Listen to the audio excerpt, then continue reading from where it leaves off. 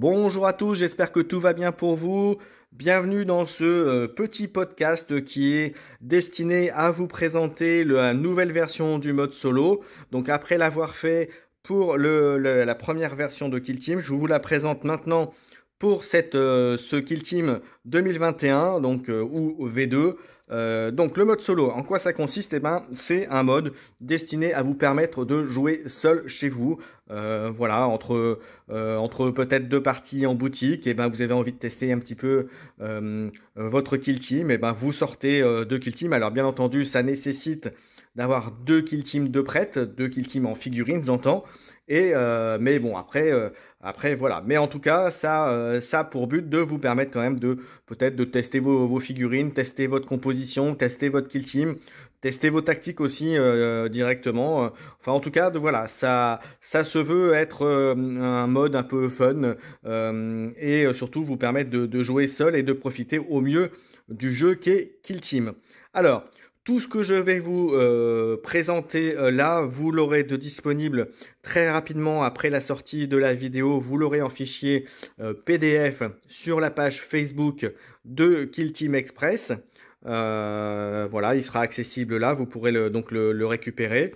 Et puis, bien entendu, n'hésitez pas à me faire vos retours en commentaire de la vidéo ou même sur le Facebook directement. Voilà, ça se prétend pas non plus être parfait, mais ça se veut, voilà, comme je vous dis, un mode en tout cas intéressant peut-être et puis surtout jouable pour vous permettre de jouer tout seul chez vous. Alors, en quoi ça consiste? Alors déjà pour démarrer, vous choisissez la kill team adverse. Alors pour ce faire, vous choisissez les règles habituelles, c'est-à-dire vous la constituez en fonction des règles de constitution que vous avez en fonction de la kill team choisie, en sachant par contre que vous n'utiliserez que les profils des unités, donc ce qu'on appelle les datasheets, mais pas du tout les équipements, pas les tactiques, ni les cartes objectifs. Voilà. Après, libre à vous de choisir les armes que vous voulez mettre sur chaque profil. Et je vous invite d'ailleurs à le choisir au moment où vous choisissez cette kill team, de vous dire, cette figurine-là, elle aura le fusil à pompe au lieu du bolter, ou elle aura encore à corps, elle aura le couteau au lieu de l'épée, ou ainsi de suite. Vous voyez, c'est des choses que vous devez quand même préparer en amont, comme n'importe quel joueur le ferait avec sa kill team finalement. D'accord? Donc ça, c'est quand même des choses à préparer. Donc comme je vous dis, il y a un petit peu de préparation en amont, bien entendu, puisque ça se fait pas tout seul non plus. Après, une fois que vous avez fait ça, il vous faudra pour chaque unité, donc pour chaque figurine de cette kill team adverse, vous devez déterminer son mode de comportement parmi les trois possibles. Donc là, on en revient comme j'avais fait dans la première version. En fait, vous allez déterminer entre guillemets le profil de votre figurine, puisque cela va déterminer sa façon de jouer, en fait, tout simplement. Donc les trois possibles, c'est combat, distant ou mix, comme vous aviez dans la première version, hein, pour ceux qui connaissent. Alors, donc concrètement, contact, pardon, c'est parce que c'est quelqu'un qui ira plutôt au contact, au combat, hein, donc voilà, clairement. Distant, il fera plutôt des actions pour tirer à distance, pour se mettre à couvert, entre guillemets, pour sortir des combats, etc. Et mixte, c'est une figurine qui peut faire les deux, donc qui est autant capable de faire l'un comme l'autre, voilà. Alors moi, ce que je vous donne comme indication après, alors c'est purement indicatif pour déterminer le profil. Bon, autant il y a certaines figurines, ça vous tombera sous le sens de quelle catégorie elle appartient. Maintenant, moi, pour déterminer à quel profil correspond une unité, je vous conseille la méthode suivante.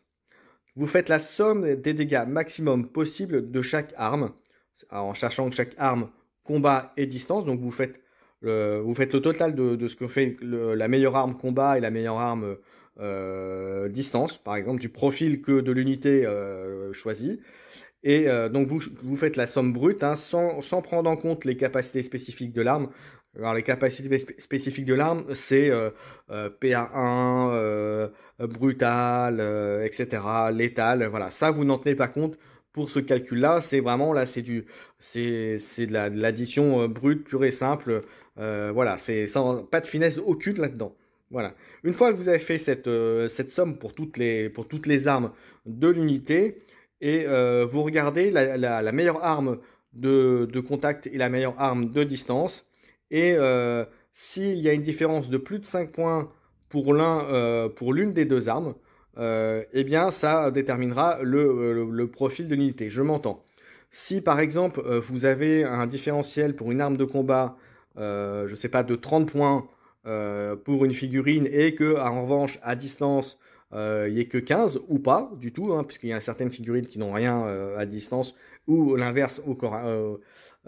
Voilà, donc vous faites le différentiel entre les deux. Si par exemple c'est une arme de combat qui a 30 points, l'arme à distance qui en a que 20, eh bien vous pouvez considérer que cette figurine a un profil de contact, de combat corps à corps. Si à l'inverse, en distance, elle est capable de faire 30 points, mais qu'au corps à corps, elle est capable de faire que 6 ou 10 points, ben là ça va sans dire que c'est une unité de distance. Et en revanche, si le différentiel est vraiment très proche entre ce que fait le combat, le contact et la distance, et dans ces cas-là, vous prenez un profil mixte. Alors en quoi ça va jouer? Eh bien en fait, à l'activation de la figurine, je vous expliquerai après comment ça marche pour les activations. À l'activation de la figurine, on résout la première action possible dans l'ordre du tableau de profil concerné. Donc ça, je vais l'énoncer après, mais vous l'aurez dans le fichier PDF qui sera disponible. Et ensuite, on refait la même opération, si possible bien sûr, pour chaque point d'action supplémentaire. Concrètement, et petite précision, il n'y a pas de jeton d'ordre pour la kill team adverse. Autant vous en mettez vous, pour vous, c'est-à-dire jeton d'ordre, quand j'entends c'est dissimulation ou engagé. Voilà, mais autant vous ne prenez pas en compte ça pour votre kill team adverse.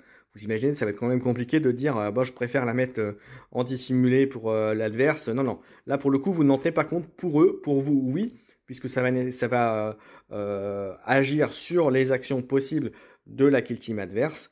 Donc voilà, donc pas de jetons, pas de jetons. Alors le comportement, c'est quoi? Eh ben alors pour le contact, pour vous donner, la première action, donc dans l'ordre, en fonction de ce qui est possible en premier, dès que l'action est possible, vous le faites, vous la faites sur le champ de bataille.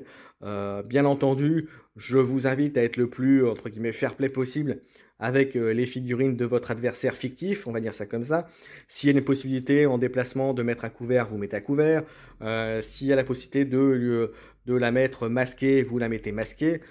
Si, bien sûr, ça ne met pas à l'encontre de l'action que vous allez engager avec elle. Alors, pour le contact, la première chose, bien sûr, qu'elle va privilégier, c'est combattre au corps à corps. Voilà, ce qui me paraît logique. Deuxième action, c'est ramasser, prendre un objectif. Voilà, puisqu'on rappelle quand même que Kill Team, c'est un jeu à objectif. Troisième action possible, charger une unité ennemie. Bien entendu, si c'est possible. Ensuite, en 4, tirer sur une ennemie. Bien entendu, chaque action, c'est si c'est possible, hein, bien entendu. Et si ça ne l'est pas, on descend dans le tableau d'ordre pour ce qu'on peut faire. En action suivante, mouvement vers une unité ennemie ou objectif. Voilà. En 5, sprinter ou dash, comme on dit, vers une unité ennemie ou objectif, bien sûr ce qui est le plus proche et ce qui vous paraît le plus logique aussi pour la figurine. Et enfin, bah, si rien de tout ça n'est fait, en dernière action, c'est passer son tour. Pour une unité de distance, distant, la première action possible, c'est tirer sur une unité ennemie. En deuxième, ramasser, prendre un objectif. En 3, retrait du combat. Bah oui, hein, bien sûr, comme j'ai dit tout à l'heure, si ce n'est pas une unité spécialisée dans le combat, elle va plutôt privilégier le fait de reculer. Donc retrait du combat. En 4, mouvement pour position de tir sur une unité ennemie ou prise d'objectif. Voilà, donc là, pareil, à vous de juger quand même ce qui est le mieux. Passez dans l'idée à ce moment-là que vous jouez, entre guillemets, la kill team adverse. Donc, vous voyez qu'est-ce qui est le plus, comme je disais tout à l'heure, soyez fair play avec votre adversaire fictif. De la même manière, mouvement pour position de tir, comme je disais tout à l'heure, si elle peut se mettre en position de tir et être à couvert ou être, entre guillemets, masqué, voilà, faites-le. Voilà, concrètement, soyez logique aussi. Ne rendez pas plus facile le combat qu'il peut l'être. Ensuite, en action suivante, c'est sprint pour position de tir ou prise d'objectif. Pareil, en fonction de ce qui est le plus faisable et peut-être le plus près aussi de la figurine. En dernier, combattre. Voilà, parce qu'il n'y a pas d'autre choix, bah, le combat, hein, concrètement. Voilà, concrètement, si elle n'a pas assez, par exemple, de points d'action pour se retirer du combat, et ben, s'il n'y a pas le choix, bah, elle va combattre, hein, en désespoir de cause. Et en dernier, passer son tour. Ensuite, quand c'est une unité mixte, et ben, c'est un peu pareil. Donc, c'est en premier, ramasser, prendre un objectif, toujours pour la même raison. C'est un jeu à objectif, hein, il ne faut surtout pas l'oublier de la tête. En 2, tirer sur une unité ennemie. En 3, combattre au corps à corps. En 4, charger ou mouvement pour position de tir, en fonction de ce qui est le plus faisable. En 5, mouvement pour une prise d'objectif. En 6, sprint ou dash, comme on dit, en fonction des gens, c'est la même chose, hein, pour position de tir ou prise d'objectif. Et en 7, passer son tour. Donc voilà, ça c'était les ordres on va dire, de comportement en fonction des profils d'unités. Ensuite, comme vous le savez, comme j'ai dit tout à l'heure, quand vous prenez votre kill team adverse, il n'y a pas d'objectif, il n'y a pas de tactique, etc. Donc pour compenser cela, compenser donc, le fait qu'il n'y ait pas de tactique, d'équipement et d'objectif, en début de tour, à chaque début de tour, vous lancez 3d6 et vous appliquez les résultats comme indiqué sur la table. En fait, pour chaque résultat de dés, donc 3d6, donc de 1 à 6, pour chaque résultat vous faites 3-1, ce sera des 3-1, ainsi de suite, vous résolvez la table d'amélioration de la kill team adverse pour ce tir uniquement. C'est-à-dire qu'on va lui allouer un bonus pour compenser le fait qu'il n'y ait pas de carte tactique, qu'il n'y ait pas d'action particulière, qu'il n'y ait pas d'équipement, etc. Donc, avec un 1, eh bien, l'unité, vous relance d'un dé pour chaque unité lors de leur premier jet. Donc ça, c'est très fort. Donc ça veut dire que si une unité a 3 dés et lors d'un combat ou d'un tir, eh bien, vous pouvez relancer un dé au tir. Si vous faites un 2, caractéristique de mouvement augmentée d'un triangle noir, donc en gros augmenter de 1 la capacité de mouvement des unités de la kill team adverse. Bien sûr, cumulable, hein, tout ça c'est cumulable. Si là j'ai dit que 1 c'était relancé d'un dé, et s'il y a 3 fois 1, eh ben, ils pourront relancer 3 dés pour chaque jet. Donc c'est très fort, mais ça compense encore une fois. Voilà. Donc ça peut paraître fort, mais d'un autre côté, n'oubliez pas que justement, il ne bénéficie pas de votre intelligence. Donc c'est un peu une IA, hein, une intelligence artificielle. Donc voilà, et puis c'est pour vous donner un peu de retort en fait, parce que voilà, il faut que ça reste, il ne faut pas que ce soit trop facile non plus. Ensuite, si vous faites un 3, c'est les caractéristiques des armes de combat gagnent plus 1 au dommage et plus 2 au dommage critique. Quand c'est des armes de distance, eh ben, c'est la même chose pour 4. Vous gagnez plus 1 au dommage et plus 2 au dommage critique. Si vous faites un 5, la première unité activée de la kill team adverse peut faire la même action, tir au combat 2 fois ce tour. Concrètement, si vous faites ça, si l'unité peut tirer, si sa première action possible c'est tirer avec une unité de distance par exemple, c'est tirer, elle tire, et si elle a encore un point d'action, si pareil dans le schéma d'armes, c'est encore tirer qui est possible, elle peut refaire une deuxième action de tir. Voilà. Et si cet effet est une nouvelle fois sur un autre dé, s'il y a 3, ici il y a 3 dés par exemple qui sont 3-5, et c'est première unité, deuxième unité, troisième unité. Hein. C'est pas une unité peut faire 3 fois la même action. Hein. Il faut rester aussi un peu logique. Voilà.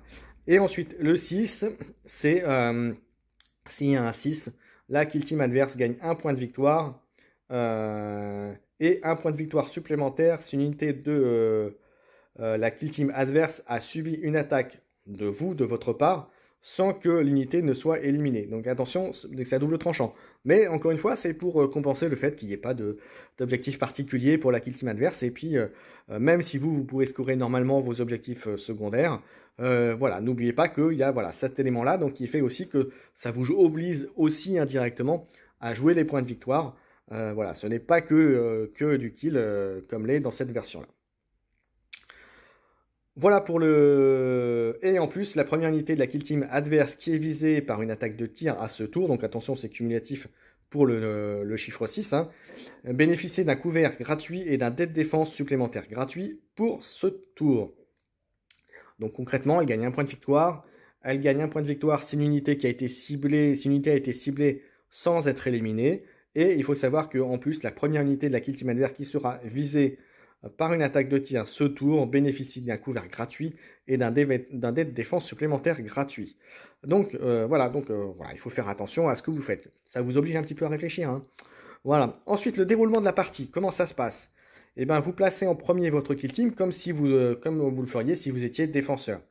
vous choisissez votre zone de déploiement. Et ensuite, vous placez la kill team adverse dans la zone adverse, en fonction du scénario que vous choisissez, bien entendu, à au moins une distance, au moins un triangle noir entre chaque unité. Donc vous laissez quand même un espace entre chaque.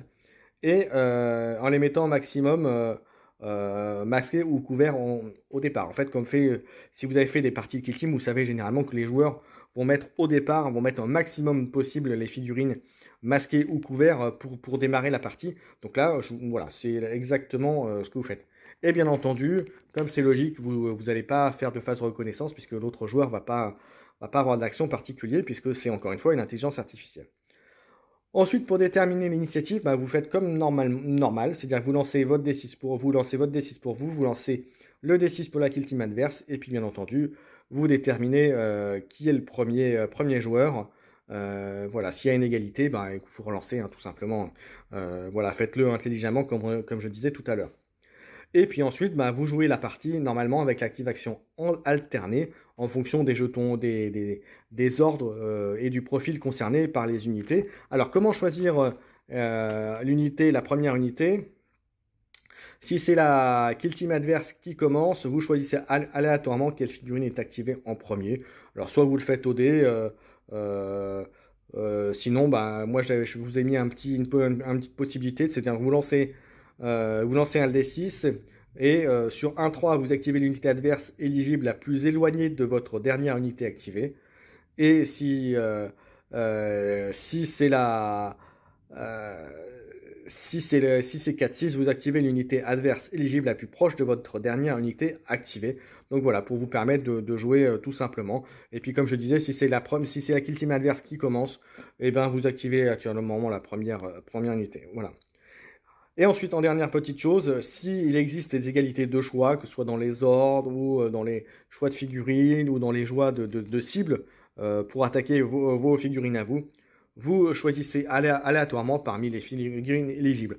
Concrètement, par exemple, s'il y a un tir et que vous avez deux figurines de votre kill team qui peuvent être visées par le tir de la figurine adverse, moi, ce que je vous conseille, vous lancez un D6, un 3 c'est la première, un 3-6 c'est la deuxième. Enfin, vous utilisez la méthode que vous voulez, et comme ça, vous pouvez faire votre partie tranquillement. Donc voilà, entendu, c'est un rendu, c'est une méthodologie, on va dire ça, pour jouer en mode solo. Voilà, j'espère que ça vous a plu, que ça vous sera utile. Donc encore une fois, le document sera disponible très rapidement après la sortie de la vidéo, je pense le soir même ou le lendemain. Vous aurez le PDF accessible, encore une fois, sur le Facebook Kill Team Express, donc accessible gratuitement, bien sûr. Je vous invite, comme toutes mes vidéos et comme bien entendu, à liker la vidéo pour ceux qui chercheraient à voir ce type de contenu, à le trouver facilement. Je vous invite également à vous abonner à la chaîne si ce n'est pas déjà fait.